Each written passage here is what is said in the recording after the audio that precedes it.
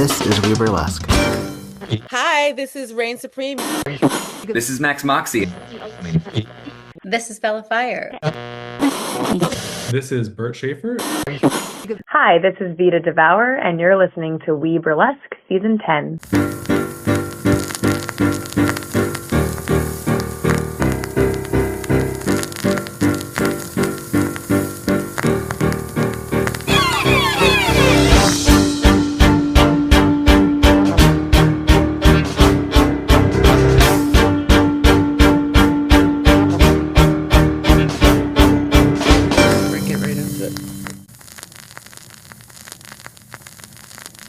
This is WeBurlesque, the podcast, and I'm your host, Viktor Devon, and through the miracle of fiber optics, I get to talk to nightlife individuals in the field of burlesque, drag, and cabaret, and today is no exception. I have Pearl Buttons on the line. Hello, hello. Hello, all the way across the country. You know, I've even... It is technology has given us the ability to say hello so many hours apart. The East Coast misses you. Oh, thank you. Yeah, I miss the East Coast too. It's an entirely different universe, I find. But then again, the universe has also shifted ever since the pandemic and ever since, multiple changes of the tide. So I mean, you missed our first blizzard in 10 years. That I am okay with.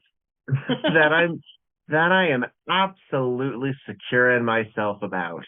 Yeah, I've done my time. I've never lived. I grew up in upstate New York, like Albany area, and I went to school in Boston. So I've never lived outside of winter is hell. I mean, so I was born in Connecticut. I was born in New Haven, Connecticut, and I lived in central New Jersey for my adolescence. And then above, but it was never so apparent that I was able-bodied and an adult when I had to start dealing with that shit on my own. I was like, oh no, Yeah. It used to be fun snow day. I had to take out my car this year. I was like, but I'm a princess. What is this? Anytime I have to do like manual labor or take out the garbage or anything like that, every ounce of feminism leaves my body. And I'm like, this is a boy job. There's something to say about delegating. I think that's more than fair. You're still in a position of management. Say, no, you go ahead. You go ahead. I'll just hang out here. Yeah, no, I don't like it. Do you live in a house or an apartment, or what's your? I live in Somerville, Mass. So it's all these they're like two sides, almost like a townhouse, and then it's 3 units. Okay. And it's historical. This building is over 140 years old, and you can tell. We have a habit, I've noticed. I say we. Californians have a habit of tearing down a lot of buildings and putting new stuff up, and a lot of hotels and a lot of apartment buildings that no one can afford. The Boston area has a problem with luxury condos. Yeah, nobody wants. The thing is, it's like a luxury 40-story condo building with shitty builder grade finishes. This is not burlesque related at all, but like it gets me heated. It all comes down to it, because these are the things that we contend with, and we also have to be like, oh, in art too, yay. So, there's an area of Boston called the Seaport, and it used to be nothing. It was literally fishing piers and gravel. And they built it up, and it's all these luxury high rises and like a darts bar and all of that. And there's like an Alamo Draft House and all of that. No grocery stores. No, nothing that's not a chain. Nothing. It's so sterile. And like, I don't think I've ever seen anyone put weird art there. They're like, oh, we love art. But they import, like, they're like, oh, public art, but it's like the sculpture artist is from fucking Canada. And it's like, hi, there's artists here that want to do this, that want to put their art in the communities they live in. But we're not. Boston sucks for arts. And I will say that to the mayor's face. I will say that to Michelle Wu. We used to share a hairstylist. That's the closest I get to famous. We all need our 6 degrees. So you said upstate New York. Where was that again? Near Albany. Albany, which is in fact the capital. Yes. What necessitated the move to Boston? You said it was school? Yeah, I went to Northeastern University, so what was like just far enough away from Albany. What was the degree? What was the plan? International affairs. I was going to work for the UN. Oh. And then there's, like, Northeastern does this, like, they do a 1 credit course your freshman year that's like intro to your major at Northeastern, like intro to physics. You meet your subject librarian, your advisor, all of that stuff. First day of class, Denise Richards goes, how many of you want to work for the UN? And everyone raises their hand. And she goes, put your fucking hands down. Because nobody actually works for the UN, right? You work for a delegation.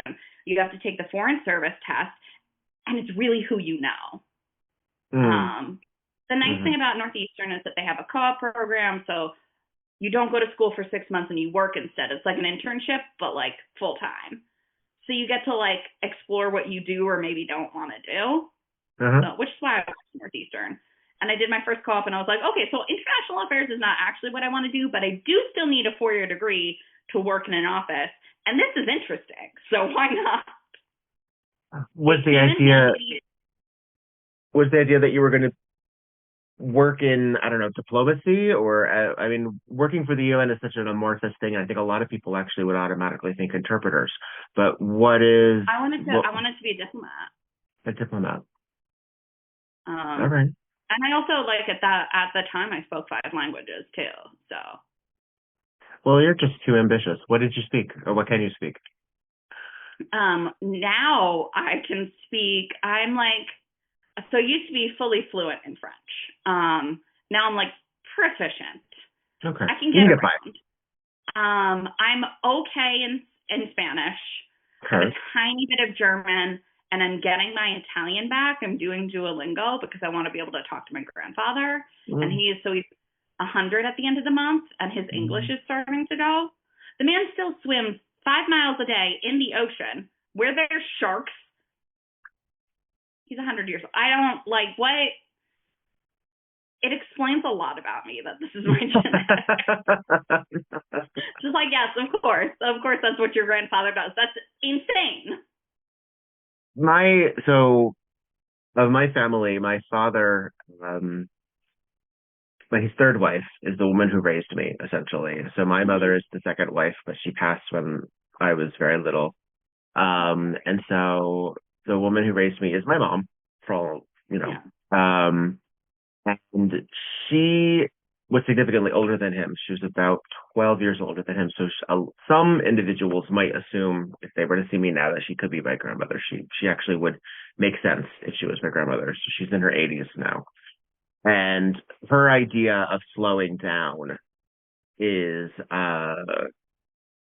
now she gets up at 5:30 a.m. Now she only does 2 miles in the pool, and yeah, it's too much. Yeah, at least in the pool, it's there's jellyfish and sharks and like predators. Yeah. What are you doing, Dewey? What are you doing? Well, I mean, his wife is 20 years younger than him, so that's how he's so young. But that's still it. Still old, yeah. Still old. It's fine. The 20-year age gap is fine because they've been together 30 years. So it's fine. It's fine. Everyone, it's fine. I think once somebody is over the age of 30, who fucking cares? Personally. If someone is 30 and they're dating a 70-year-old, I don't fucking care. Like, barely care much, but it's just, yeah. Like, I think you've made Once choices in everyone your is life. like actually capable of like not just consent, but like you understand the world. Yeah. Like yeah. 22. Yeah, I think back to myself at 22. Like I was still drinking. I was a mess. Like you don't really. No. Not to say 22-year-olds can't consent, but like once you've made enough mistakes in your life. Well, we're also widely inconsistent about that because we will also hold 15-year-olds to task as well. So, I mean, like, we are an absolutely inconsistent culture when it comes to responsibility as well as what someone is capable of. And I've been an acknowledgement of that watching when kids were charged as adults in situations, and I'm like, but we're not. And then how come we can't vote, or we can't drink, or we can't rent a car, we can't do that? I'm like, there's too many steps. There's too many steps. No one can agree, and part of that is I think because everyone expected us to die at 50, but yeah. And here my grandfather is almost 100 years old.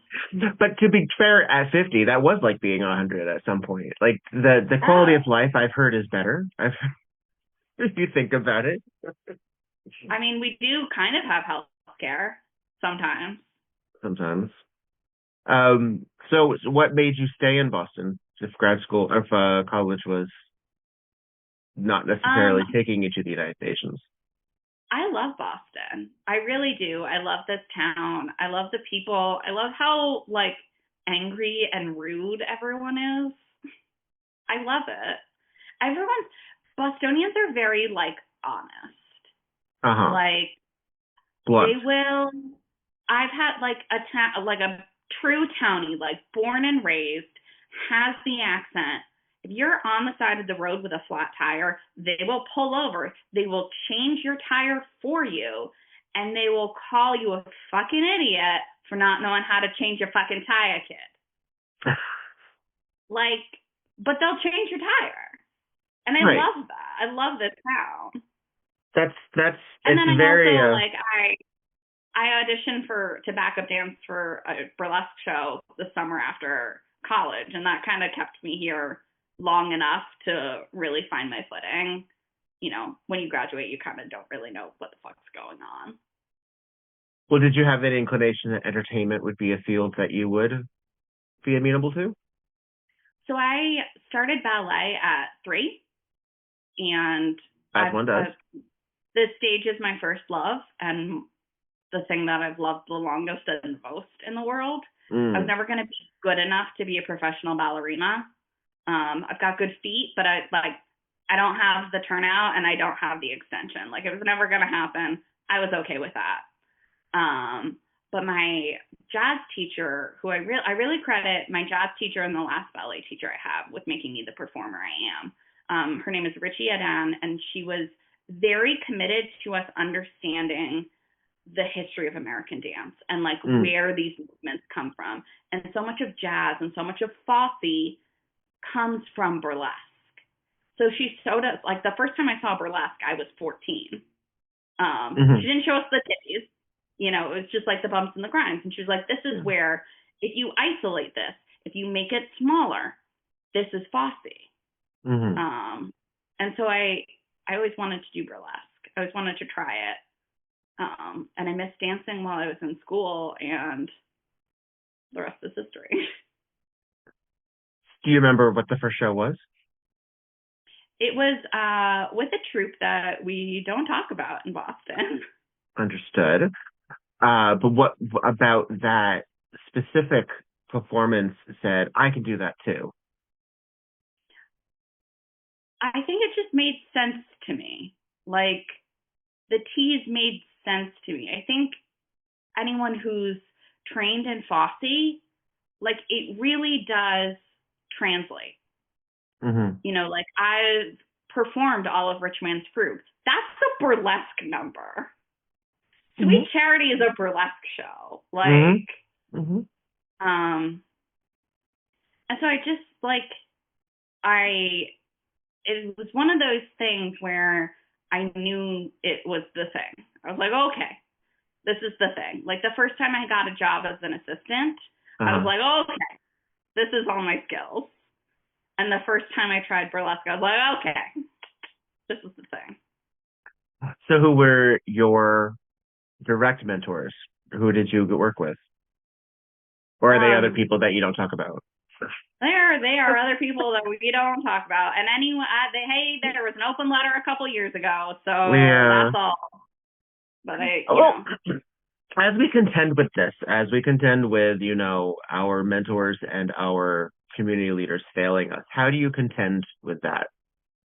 Now being old enough and established enough to mentor other people, what do you take as your let's not repeat the sins of the father kind of I think for me the most important thing, and I say this to anyone that I consult with, that I teach, because I really love teaching intro class, the one thing I always say is like I'm also wrong. There's also other ways to do this.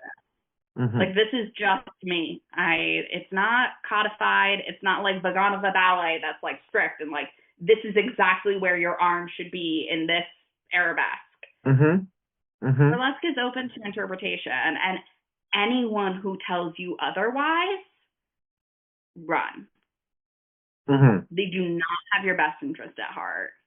They don't want to see you succeed. Yeah, well, at that point, that the self-importance of being so bold as to say, and this is the only way to do it, it is also so the antithesis of self-expression. And I think recently I was on a call with another individual, and I've booked a few of these back to back, so I might be misremembering exactly how we got to that point. But I used the term self-expression in front of other people. And I said, you know what? That actually is a really decent summation of a lot of what we do.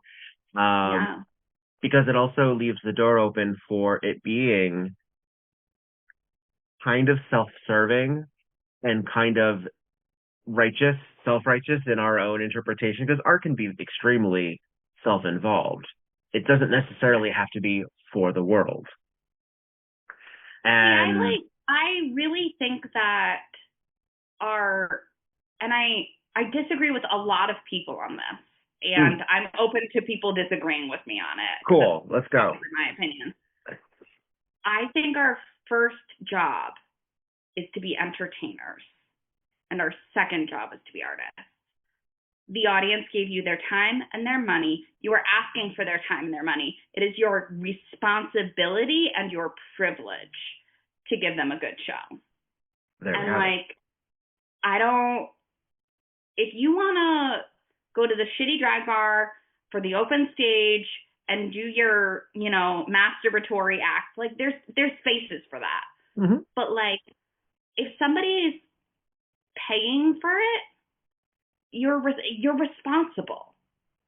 And I think that people get a little like, well, it's my art, it's my drag, it's my burlesque, I can do what I want, it doesn't matter what anyone says. And it's like, yeah, but also like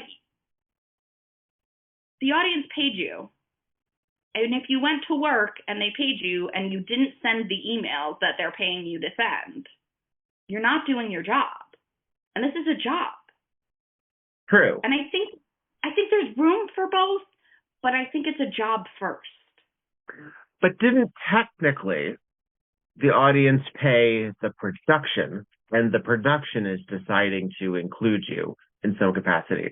So do you have a direct responsibility for the production's side to the audience, or do you have a more through line to the audience themselves? Because technically there is often that little bubble between. I still think you have a direct responsibility to the audience, because you are asking for their time and attention.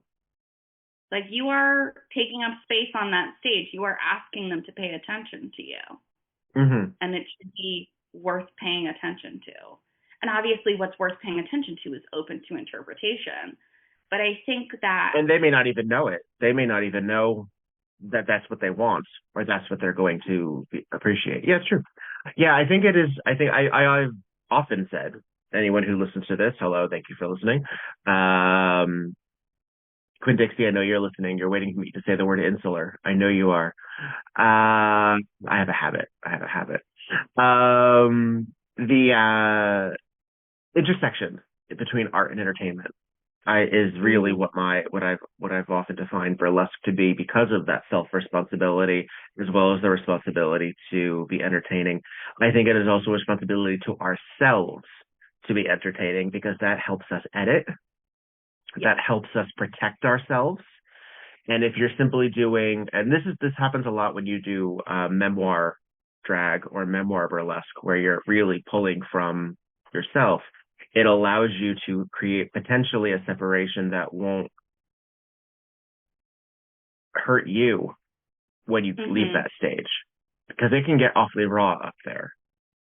It can. And it's not safe to go out alone. Take this with you, basically.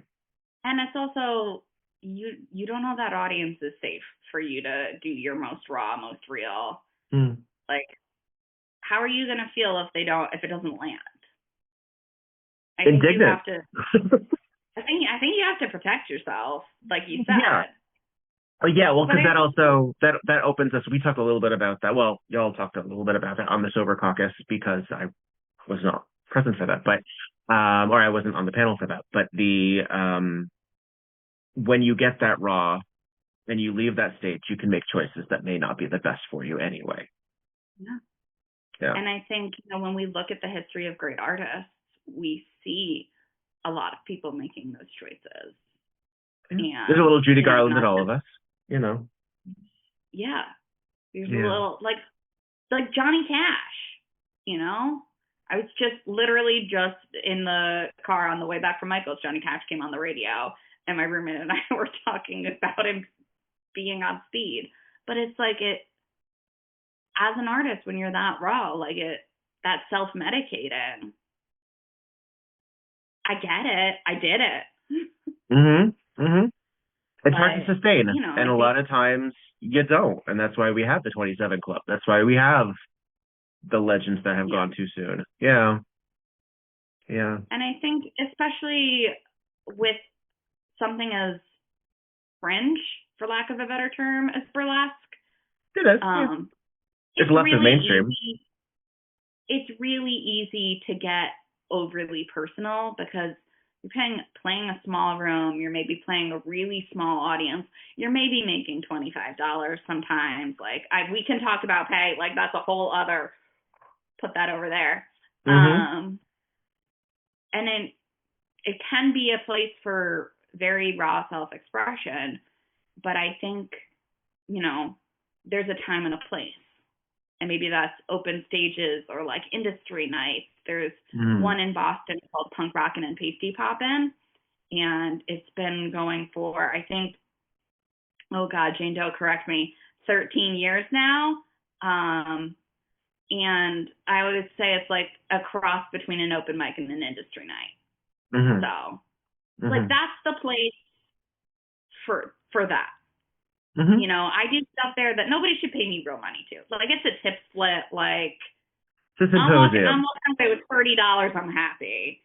But do I want to prance around in my underpants to Sabrina Carpenter? Yes. But nobody should pay me real money to be sloppy and just dancing around in my underpants. At least in my opinion. In your opinion. No, that's I think, well, also because the art form, I think, speaks to a certain group of individuals, the outsider, the ones who were never going to get their ankle right for ballet, who find themselves wanting to express themselves on a level that's technically more accessible. If it is open for interpretation, then anybody has access to burlesque. Not everybody has access to stage, or regular sustainability when it comes to burlesque. Not everyone is an entertainer, but if in fact burlesque is for everyone, and I think in some ways it is, and in some ways it is not. You have your performers who do this for 2 years and then call it a day, and you have your lifers, how long that life is. I do want to, as an aside, my ankles were always correct in ballet. My feet were never sickled. It was the feet. I think it's for may the record show. For our listeners, I'm never sickled. Never. Thank you. But I think you're right. I think it's it does feel like a very accessible art form. Like there are, amateur competitions. Like that doesn't happen with the ballet or the opera. It does not. It does not. I say that all the time. It's one of the few art forms where you can go and you're like, maybe community theater. You can do one amateur competition and be like, try that, not for me. No thanks. Moving on. Right.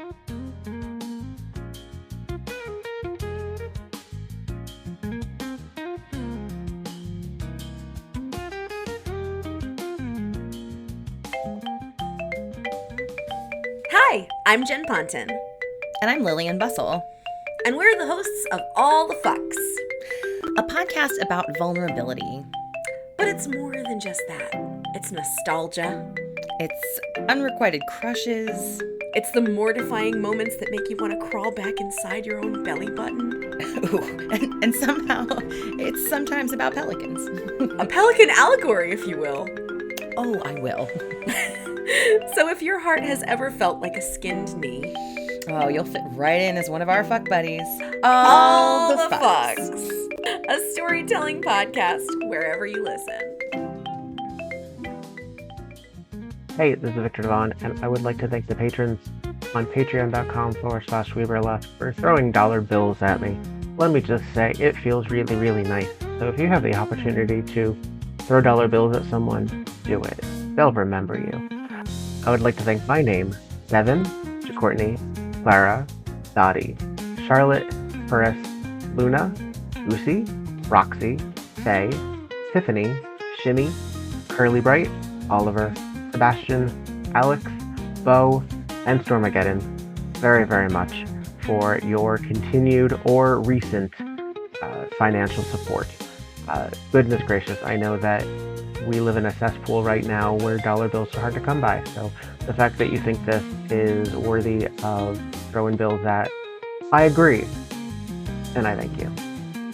If you would like to throw your dollar bills in some financial capacity to me, you can find me at Viktor Devon almost everywhere, including Cash App, Venmo, and WeBurlesque at gmail.com for PayPal. You can also go to WeBurlesque on the Patreon and throw me dollar bills there too. It seems so tacky, and yet it changes lives to ask for money. So there we have it. You're the best.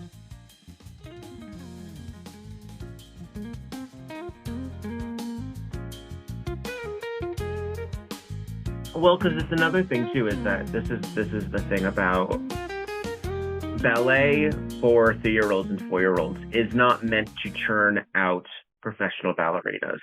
Usually, sometimes it is.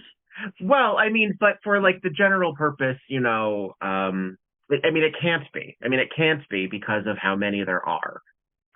Just as there are going to be so many hip hop or jazz or whatever other.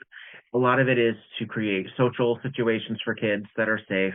A lot of it is to create discipline and to slow kids down to a certain degree and to channel that kinetic energy into a process. I was one who I was given Taekwondo as a way to sort of my parents never told me it was because I was ADHD, but that was sort of the undercurrent. That was sort of like, yeah. It was also to get me the fuck out of the house to a degree as well. I've recognized since, because I was not the kid who did after school projects, had no interest in sports whatsoever. So all of my siblings All of my sisters did soccer, played or attempted to play an instrument or were good at an instrument. All of these things. I was not that kid. I was very self-contained, and I didn't express myself until really Rocky Horror, when I felt I could be faggy enough to really, get away with it. And then you couldn't shut me the fuck up. And now look at you. Now look at me, 20 years later. No, I was overly involved as a kid. I did ballet. I played the cello very poorly until 8th grade. I was so bad. I'm completely tone deaf. Like, the teacher had to tune the cello for me. I'm tone deaf. Like, it's just not in you. I just am. Yeah. And I have these nails now. I could never pick it back up.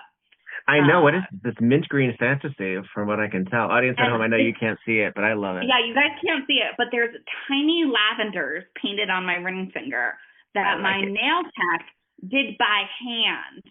I was like, I think I want a flower on the ring finger. And I thought she was going to do 5 dots, the yellow one in the middle. She goes, what kind of flower? And I was like, oh, Hannah, I don't know, lavender. And she was like, okay. She's like custom mixing colors on a little piece of tinfoil. This woman goes hard. She's amazing. This is the thing. Art finds a way. You find a way to express yourself, even in unconventional circumstances. Tiny little paintings. I know. And I can't fucking do it. I'm glad somebody can. I can't do it on a canvas the size of my face. It's not... Right, no, absolutely not. I'm like, I'm not even, I don't think I even know how to hold a paintbrush properly. Sorry, high school art teachers. Well, and then there's that school of thought that says there is no automatic way of doing it either. But there is still technique. You need that backbone to and there's also there's people say there's no right way, but there's a more helpful way, right? Like, if you hold the brush this way, you're gonna have more control. And I do think, to use Picasso as an example, classically trained, beautiful painter before he started playing with cubism. And I think you have to learn the rules before you can break them. You at least have to know what they are, even if you don't ascribe to them. You don't have to be a master of them. But I think, learning the rules before you break them helps. It helps. And I think that's why, not every burlesque performer has a dance background, but I think that's why my personal dance background has helped me. And it's because, I learned, ballet technique and jazz technique. And that informs, I do classic burlesque. I'm not in pointe shoes. Oh, God, help me. If I tried to put pointe shoes on at this point in my life, I would fall right over. Talk about tickle. Yeah, I wouldn't even have a chance to tickle. I would just fall. I still have pointe shoes. I have old pointe shoes that are just, sitting there. Make art out of them. Just staring at you. Reminding you of what once was. Right. Reminding me that I could never be a prima ballerina. It's fine. I show people my tits. It's more fun. So when you say classic burlesque, can you break that down for me and for the audience? Because I have the opinion that classic burlesque we use as a term in burlesque, but it means all kinds of things. So to me, what defines classic burlesque, and I produce a burlesque brunch that's all classic. And so I do get this question a lot, what do you mean classic? Sure. And I say classic with a capital C, specifically for this brunch and specifically my style.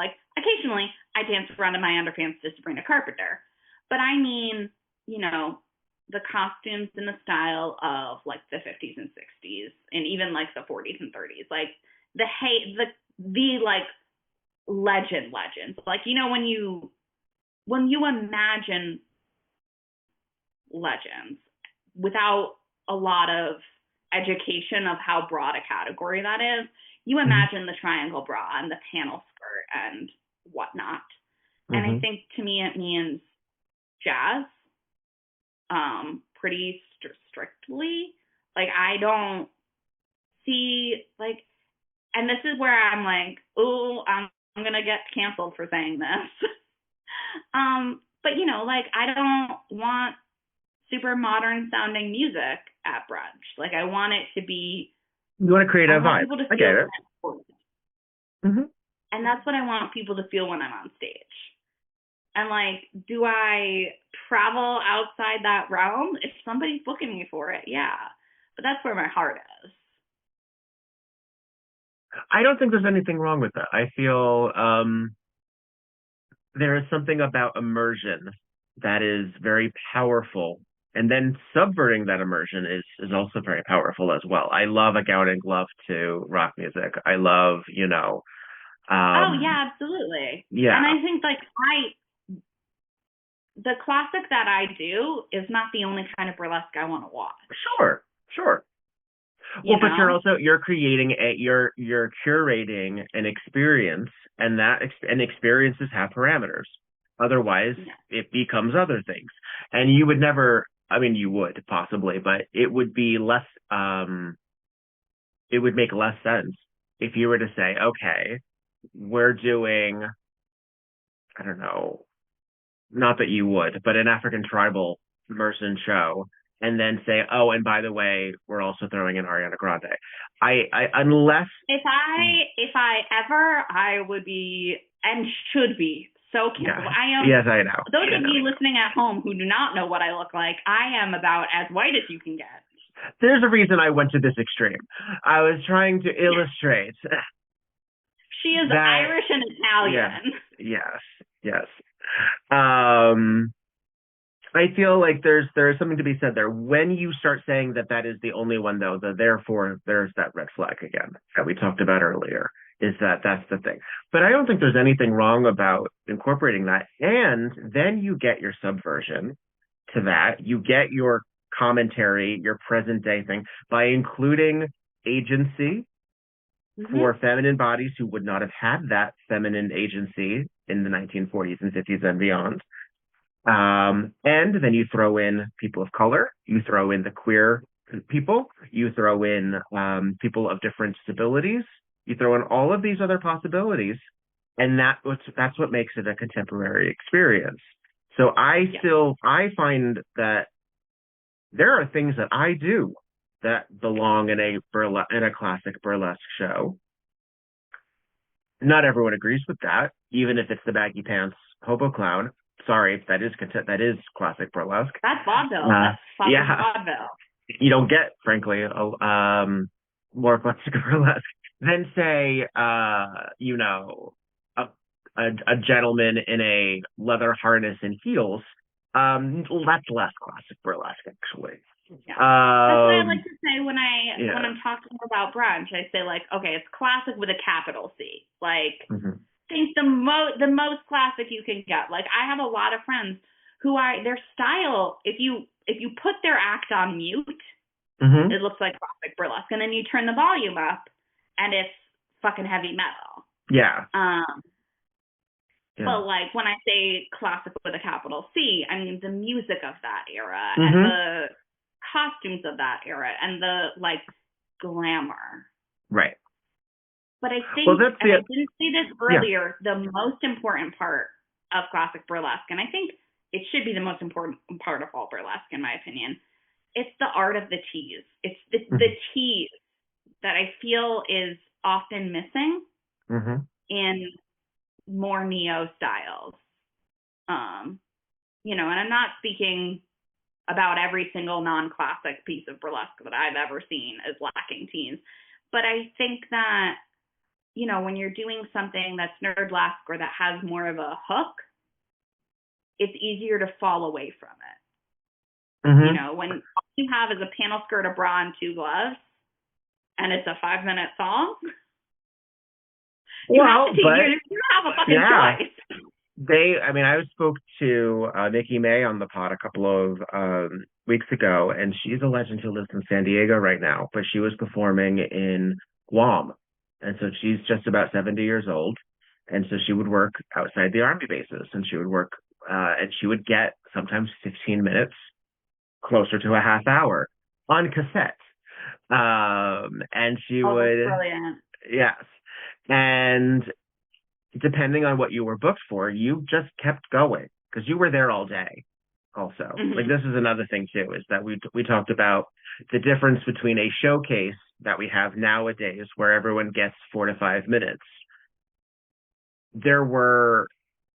It was ongoing. It was part of the regular, when you walked in to the bar or you walked into the location, there was likelihood a show going on. And there is a difference between sitting for a show and having it for us and there being a show constantly happening while you go on. And I think you can see that with musicians. You can see that with like jazz quartets when you go into a place and just the vibe is popping, sort of that speakeasy experience. Yeah, I live for that shit. I live for that shit. I love it. I love it. Not to the point where I don't also love sitting down and paying attention, but I also just love it happening. And it's similar, I guess, to what we possibly recreate also with go-go's. And depending on what your scenario is, ambient entertainment, like it's not, it's kind of on the periphery. Yeah, it's part of the experience. It's the wallpaper and the furniture, but it's moving and exciting and sexy and it's sensory. It gives you something to look at, but it's not asking you to watch. Per se, yes. Yeah. I don't know that I put that as clearly as I could, but I didn't do a very good job. It encourages glances at the very least. Yeah.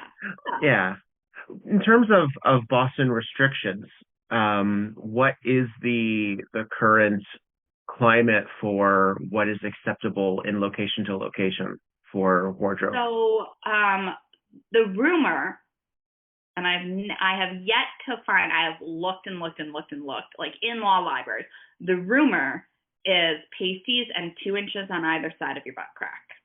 Correct. Never found evidence of that.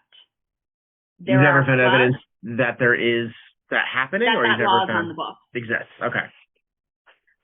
There are clubs that insist on that, and there are places that don't give a shit. And then you have Somerville and Cambridge just on the other side of the river, and it's pasties and a G-string or a merkin. Like, all of your reproductive bits need to be covered. And, there's men, I'm using men in quotes, like people at home cannot see my finger quotes, air quotes. I regret using the word finger. Oh, that was icky. Men don't need to wear pasties, but the encouragement is that they do. It's an act of solidarity. Also, why are you going to miss a chance for rhinestones or a punchline?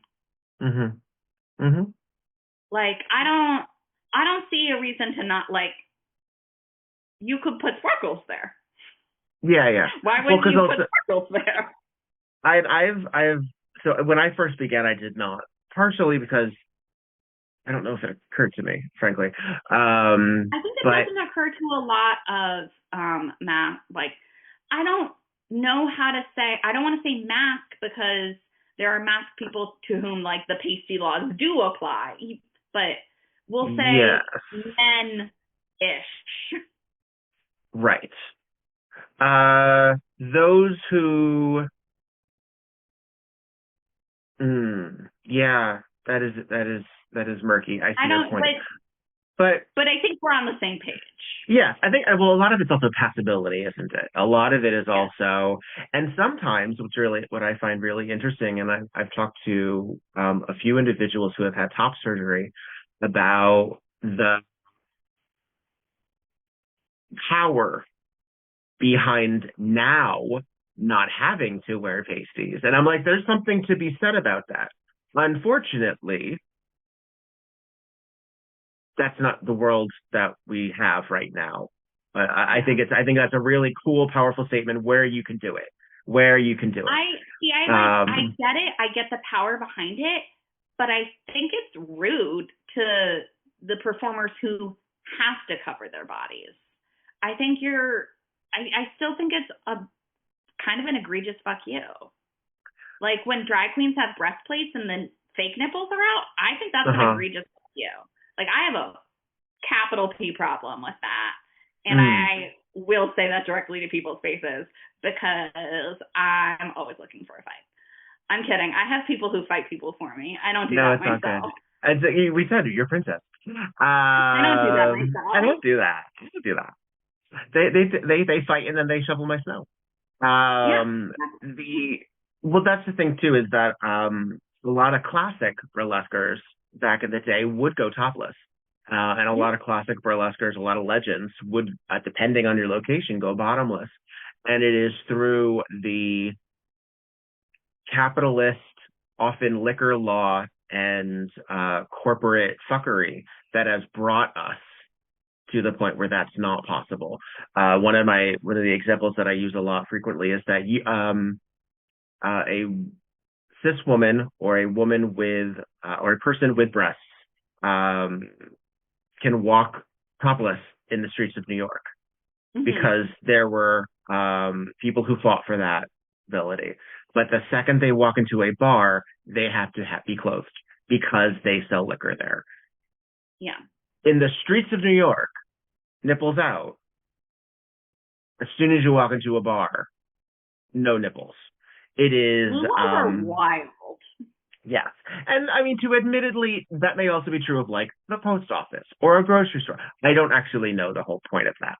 I don't know the shtick of that. But then you also get into private companies as well. But the liquor essentially is what makes it hot button issue. I think so. I think that is how they get to regulate it, is by regulating whether or not, because they don't get to say, women have to cover their bodies because men. Yeah. But they can say, if you want to sell liquor, I better not see a nipple. But to that end, you also have your people who say no shirt, no shoes, and that is actually anti-homeless legislation.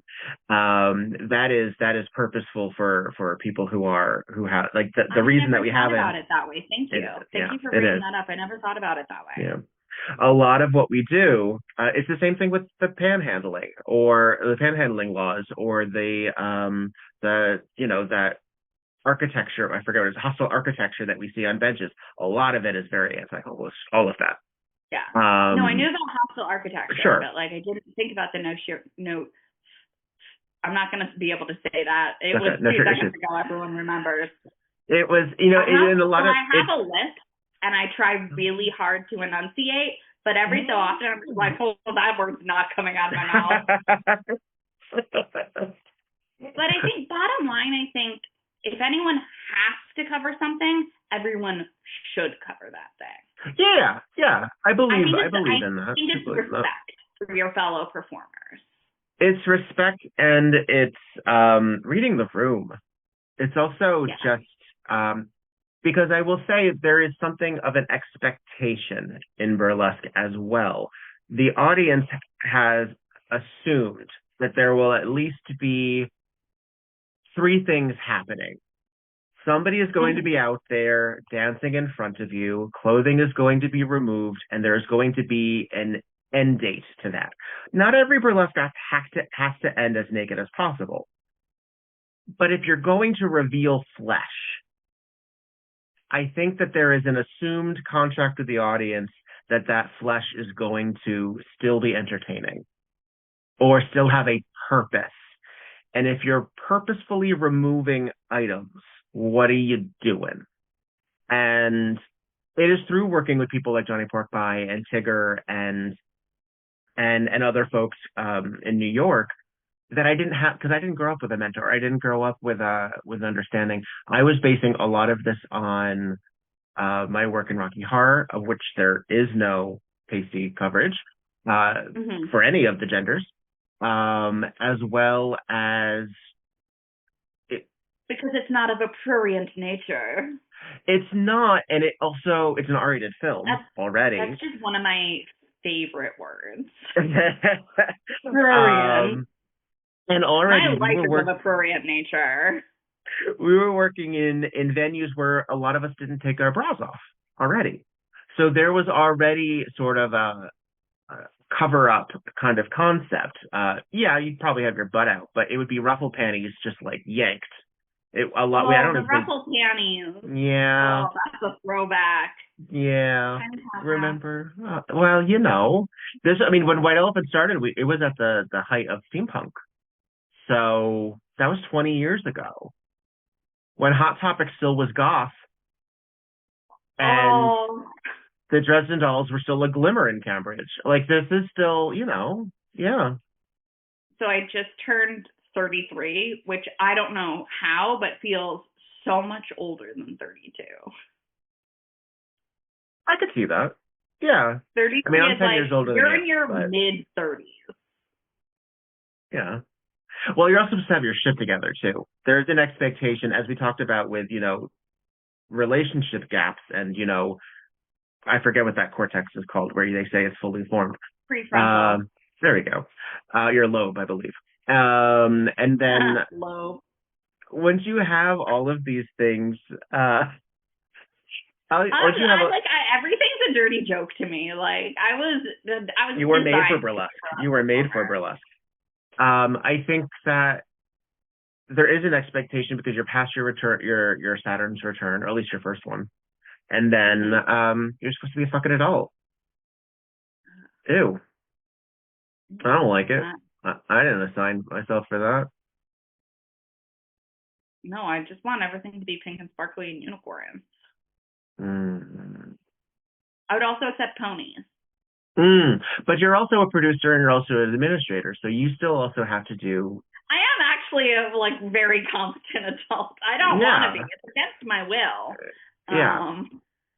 But I am very responsible. When you are producing a show outside of the fact that you have this vision of classic and what you want to maintain, and classic, again, people will argue the rhinestoning is sort of a... What would we call that? Not a fallacy. It's an anachronism. Somewhat, yes. Yes, because if you really look at a lot of I've seen some of April March. It's a Hollywoodization. Gowns that have rhinestoning from the 60s. So yeah. Well, it depends. It depends, frankly, on. She was the coolest lady. So somehow she ended up in my hometown.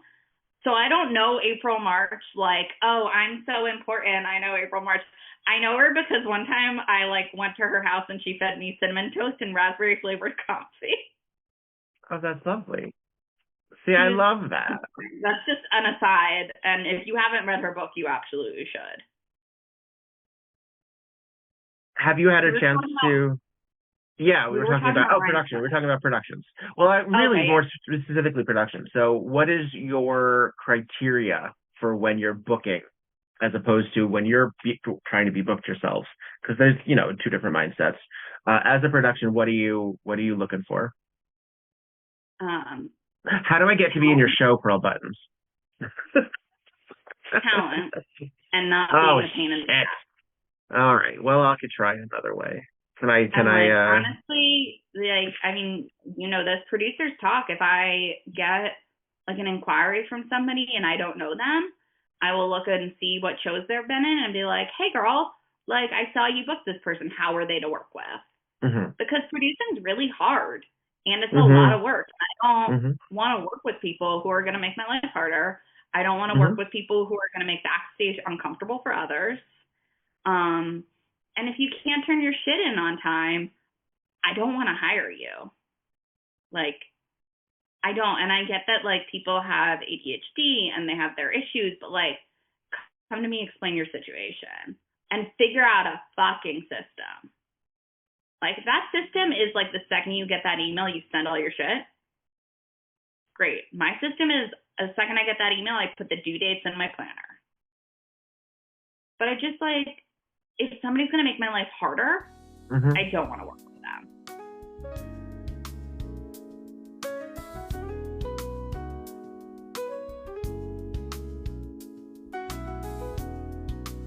Hey, this is Victor Devon, and I like socks. I've always been very open about my appreciation for the fabric that goes on my feet.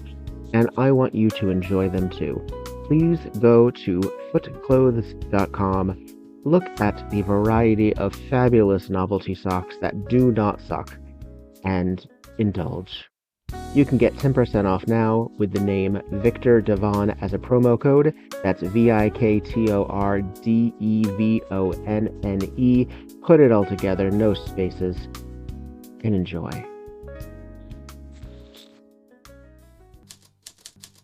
Tonight on Murder, She Wrote. Hooray! Hey! Yeah. It's kind of Piper Laurie and Brenda Vaccaro at A Love Child. Thank goodness. I want to know His her. Nails. Yeah, where's her series? That's what She's I want. fabulous. The son is Joaquin Phoenix. I know, isn't that nuts? And he is an ugly little kid. I'm sorry. We're just like, hey, remember when this guy was in this obscure Broadway show in 1976? Right? Look at him in those tight pants. Yum. Because there's not a lot really going on. It's supposed to, I mean, unless you're listening to the dialogue, which frankly, audience at home, you can do without us. We're just learning do your own about work. Some of these Damn backstory. But Boswell put her up to it. Yeah. And then Trish had to be killed because she realized that Boswell didn't have her interests at heart because Teddy was the inheritor. Yeah. Playing her like a fiddle. Boswell knew it, and Trish just gulped it down like one of those martinis. And then tossed it onto the lawn. And then lost her head. Poor Trish. Trish loses her head. This is Viktor Devon. And this is Petra Fried. And this is Tonight on Murder, She Wrote.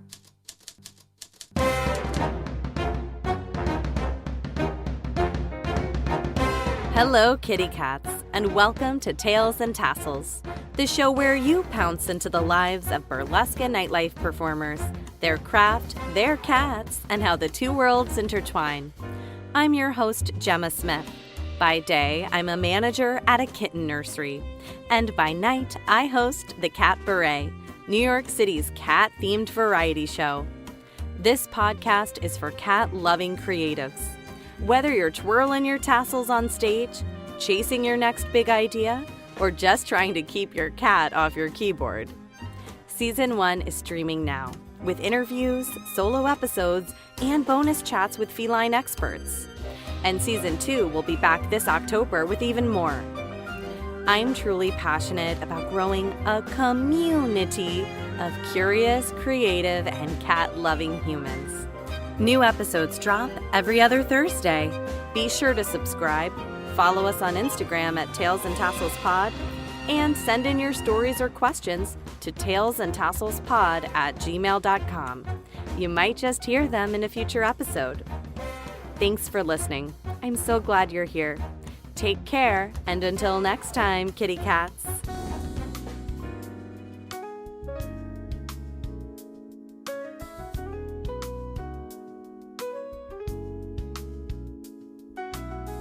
This is probably a controversial opinion, but while we're deconstructing, I'm going to say it.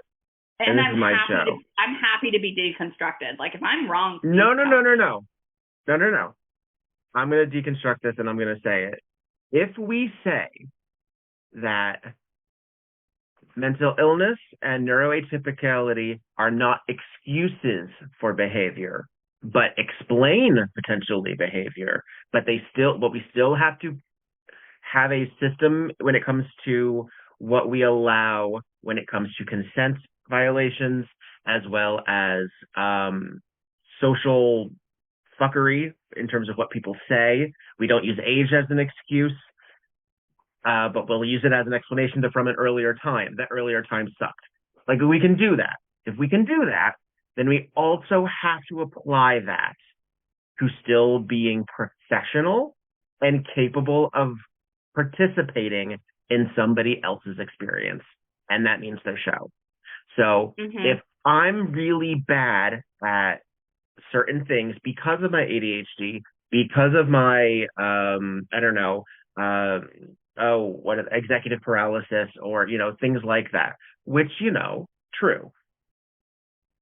If I still want to play in the game, I have to get the fuck over it, and I have to put in systems about it. And sometimes those systems are just letting that person know I'm going to be a week late, possibly, I will get this to you as soon as possible.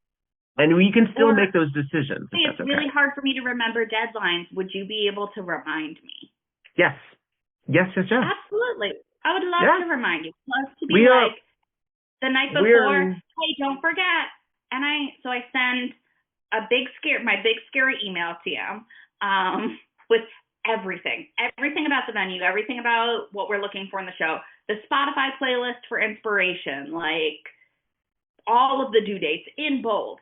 And then we have an Instagram chat. And in the Instagram chat, I say, hey guys, don't forget, due tomorrow is your photos in your bio. Due tomorrow is your music. Mm-hmm. So it's like, if I'm making it as easy for you as possible and I'm still not getting your shit, it doesn't make me want to hire you again, no matter how talented you are. Right. And that's sad. Like that, it's a bummer to me, but I'll get over it. Well, because a lot of us are also all of those things, and we're the ones putting the show together. Yeah. So we like scenes. I got a whole host of issues. Yeah, namaste. Like I feel like there is a whole realization that all of us, especially since we're out of the era of like the Minskys, where it was like guy in charge putting on a show, and there was also like a localized, like the choreographer or the band leader, what have you, were more integrated into the everyday show experience. We're in the trenches with you. So most burlesque producers are not silent partners in this. We're putting the shows together and also performing and also hosting and also running the music and also doing all of these things because we don't have the ability to delegate. Right. And it's like, and if I have 85,000 jobs and I'm paying myself last, if at all, make my life as easy as possible, be a pleasure to have in class. Yes. What's going to make me hire you again? If you're a pleasure to have in class. Yes. That means getting your shit out on time. That means polished on stage. That means being great backstage and being a good buddy, zipping somebody else in their costume, just being pleasant, asking if anyone else wants something from the bar, like those things. Being a good buddy. Aw, I never heard it phrased all that make way. a difference in whether or not I want to hire someone again, because the backstage vibe is very important.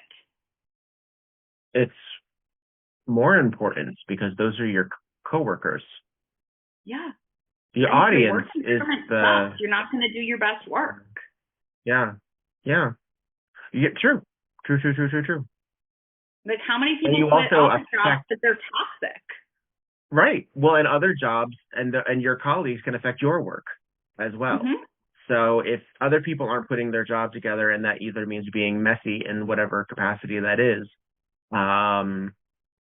that's going to affect morale, that's going to affect the vibe, and it's going to potentially affect physical elements as well. So, yeah, I get you. Yeah, and it's like, obviously, like, I'm not going to pretend that talent isn't more important to me. But, like, if you're making my life hard, it stops, there's a certain amount of talented you have to be to make it worth my while. Right. And like, that sounds bitchy, but I don't know. And also, again, your litmus test for talent could be, 5, 6, 7, 8 knows how to, I don't know, step in rhythm.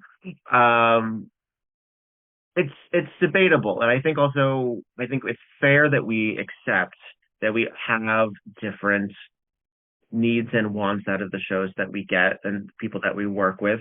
And sometimes, you know what?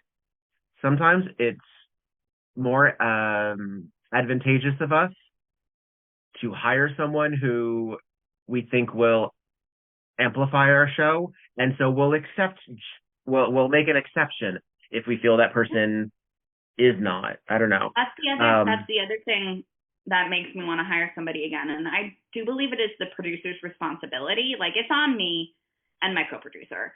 Shout out to Tracy motherfucking Vaughn. We say her name with a nice Massachusetts accent. It's on us to make sure there are butts in seats. But if the people in our cast are like, I know how much you're posting on social media. I know if you share this to your story, like, and I notice, and that makes me want to work with you more. Mm-hmm. Mm-hmm. And why wouldn't you want to tell people? You don't want people in the audience? You don't want to make more money? I mean, there's any number of reasons. Executive dysfunction is real. And again, I'm not saying, I mean, it explains, it doesn't excuse. There is all kinds of stuff, but I feel like what folks need to get into it is that it makes the producers happy. It makes everybody feel happy. And even if you post something and you get 50 likes and none of those people are coming to the show, don't you feel good when there are people like that? Don't you get your little serotonin boost just in those moments? Your little nugget of dopamine. Yeah, just a little. And I mean, sometimes so coming from the East Coast, and I did a 3-month stint in Hollywood of White Elephant Burlesque, and I spoke to a dear friend who produced here for a very long time and is since retired. Yeah, we'll say retired. And she was saying, we use that term loosely in this industry. We do, partially because within this industry, you cannot be performing regularly and still be a burlesque performer. It's really neat. It's really neat that you're still in the club, like you're still part of the industry.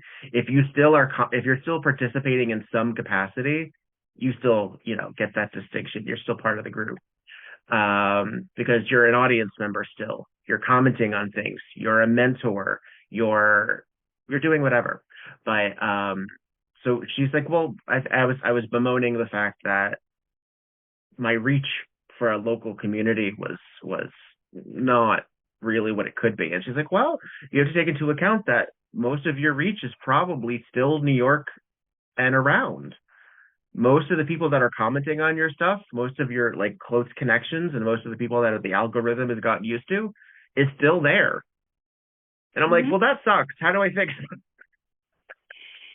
it? That's great. What do I do about it? I know. Well, and that's part of the problem too, is that I also have this podcast, and this podcast is technically available to anywhere in the world. So it shouldn't just be localized to my Californians. And I still think that one of the reasons, here we go, Quinn-Dixie, that burlesque is so insular is because most of our reach is to each other, because we don't facilitate or curate audiences of fans. And of people who are just fans, receiving. they want to be performers because it's so fun. Who wouldn't want to fucking do it? Yeah.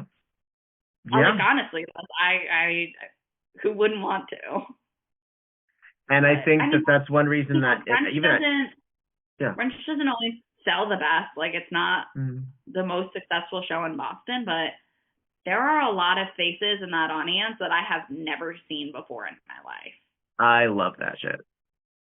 And that's, it's people who have seen another show in the back room at the Burren, like people who saw it on BostonCalendar.com. Like, I love that. And it does, I think burlesque is such an incredible form of entertainment and form of art that it does break my heart a little bit that it's so insular. Yeah. And some of that is protection, some of that is self-protection, as well as, a lot of us, a substantial lot of us, this is a night job that the day job can't find out about. Yeah. And for a lot of us, it's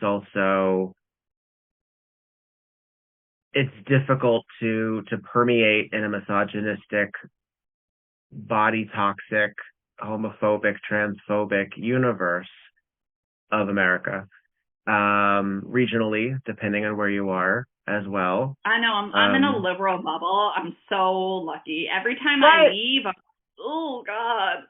But to that end, I mean, I've heard a lot about the casual racism in Boston. I've heard a lot about the casual dickery that occurs.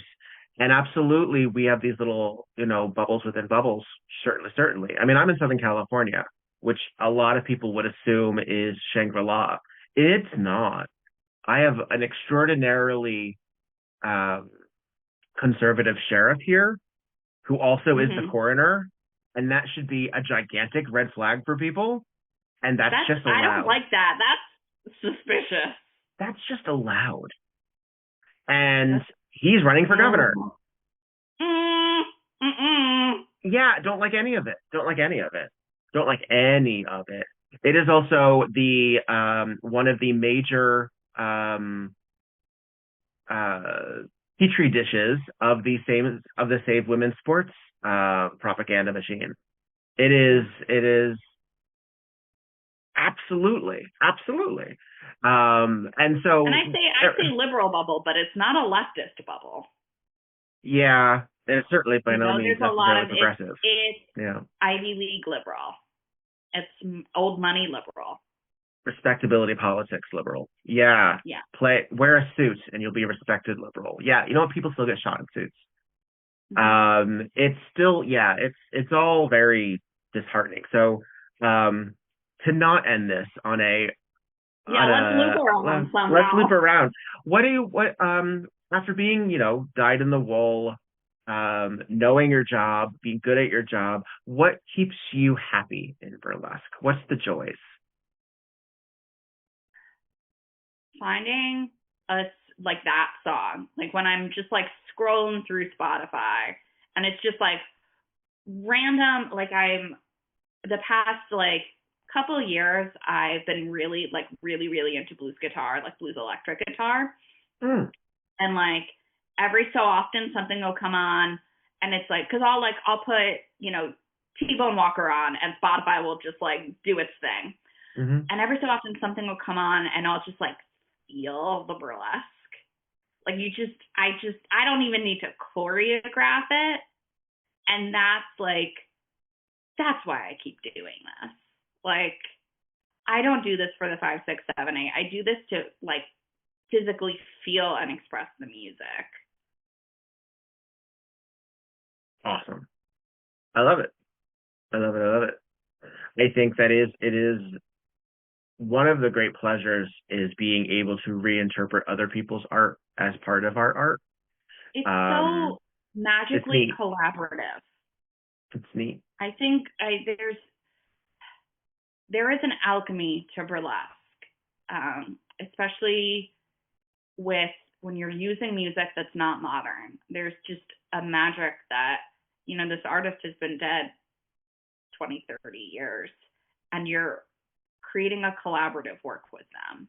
And you're creating a collaborative work with not just them, but with the audience too. And I think that's magic. I like it. Cool. Let's leave it at that then. We can end there. There we go. Yeah. Well, just out of curiosity, outside of the theatrical arts, what else do you really get down with? What are you grooving with? What are you watching? What are you reading? What do you do? Are you a hiker? What's your storyline? You knit? I sew a lot. I've sewn as long as I could hold scissors. I haven't been watching a lot of TV lately. I've been rewatching Gravity Falls for the 800th time. I get like halfway through season 2 of Gravity Falls is where shit starts to get real, and I just start over. I'm rewatching The West Wing, which is inspiring and heartbreaking, but I love Allison Janney. I just love her. I think she's so fucking brilliant. Yeah. And I really like The Color Pink. Where's her memoir? Come on, Allison. I know you're busy. You do a lot. God, I want your memoir. Oh my God, so good. Speaking of The West Wing, Stephen Colbert had Bradley Whitford on, and he just had him say okay a bunch of times. And if you're a West Wing fan, it's just like, it's perfect. No notes. What are the best methods that people can keep up with your goings on? That would be Instagram is the only one I'm on reliably, and that is at Pearl_buttons. Both of those words are spelled the way you think they're spelled. Where did that name come from? The truth that shall not be named. It was not given to me. We were just talking, and I was like, ooh, is that somebody's name? And it wasn't. And I don't know that I still like it, but it's too late now. It's been 10 years. It's too late now. Yeah. Well, no, not necessarily. Not necessarily. There are ways. There are absolutely ways, but I dig it because it's cute. I think that Pearl Buttons fits me when you're talking to me, but it doesn't necessarily fit me when you watch me on stage. I see. You don't like think you read as a Pearl? Expecting me to come out and be like boop boop doop, and that's understandable. I don't know. I kind of dig that subversion too, actually. You know what? Give me a Pearl that glowers. Come on, yeah. But it would be weird for me to have a different burlesque name. I think it's just the way it would be weird for me to have a different legal name. And you know how pearls are formed? By irritation.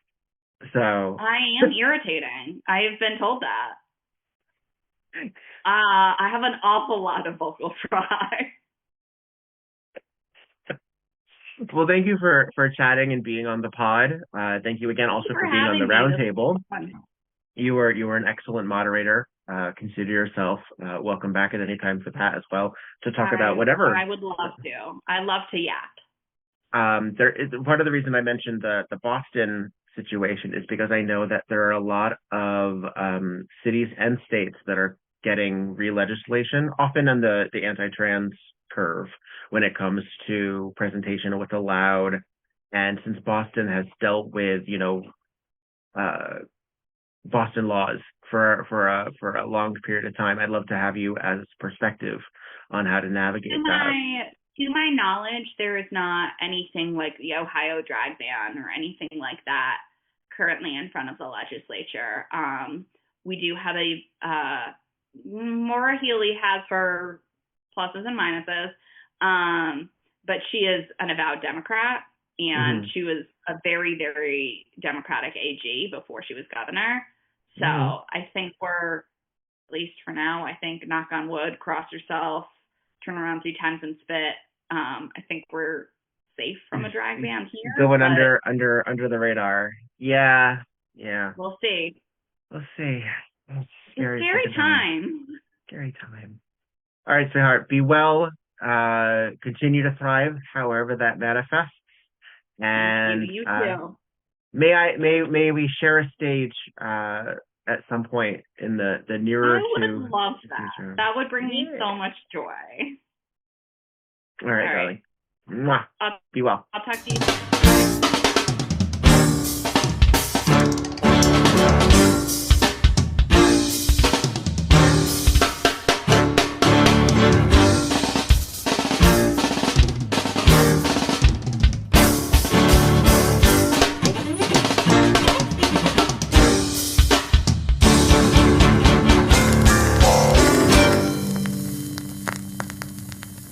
WEBurlesque the podcast, created, developed, and edited by Viktor Devon.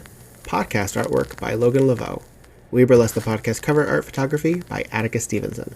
Theme song, On a 45 by This Way to the Egress, used with permission. All incidental music via Pixabay under the expectation of fair use. Please visit WeBurlesquePodcast.com for notes on this and every other episode. Follow WeBurlesque and Viktor Devon on just about every platform, and support the podcast via patreon.com/WeBurlesque. Don't got the cash? Please follow, subscribe, and give 5 stars on every platform you can get your hands on. It really does help. All original material is owned by Viktor Devon and White Elephant Burlesque Corporation. All other materials property of their respective copyright. No infringement, while likely, is intended. This episode, and all episodes thereafter, are in memory of Lucky Charming. Miss you, friend.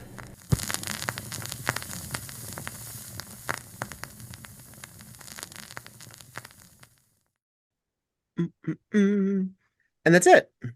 Woohoo!